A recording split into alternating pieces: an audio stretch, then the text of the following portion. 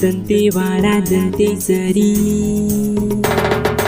जय हो दंतेसरी दाई दंतेवाड़ा दंतेसरी। जय हो दंतेसरी दाई दंतेवाड़ा दंतेसरी। तुरी नाव लाली की हम सब तुला गुहारना। जय हो दंतेसरी दाई दंतेवाड़ा दंतेसरी। जय हो दंतेसरी दाई दंतेवाड़ा दंतेसरी।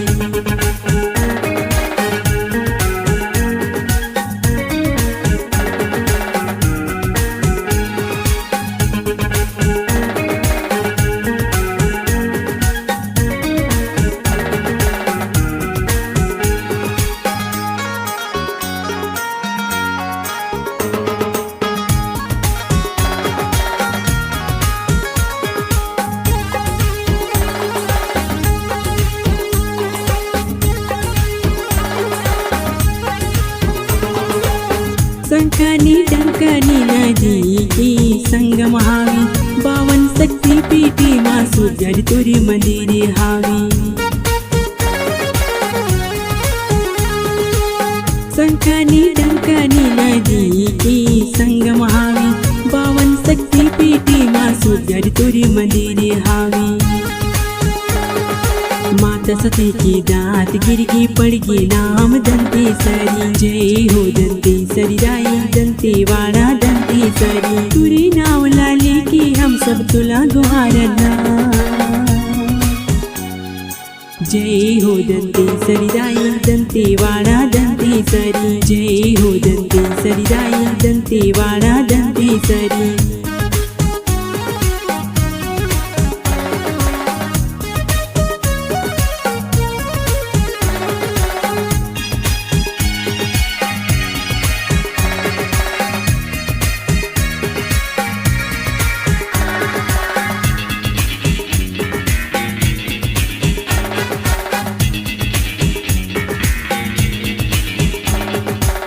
कुंवारे नवरात्रि औचे ते नवरात्रि माँ।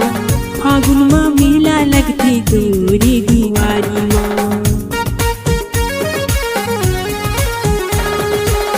कुंवारे नवरात्रि औचे ते नवरात्रि माँ। फागुन माँ मेला लगती तोरी दुआरी माँ। तुरी महिमा वैभव गाई जय हो दंतेसरी दाई। जय हो दंतेसरी दाई दंतेवाड़ा दंतेसरी। तुरी नाव लाली की हम सब तुला गुहारना।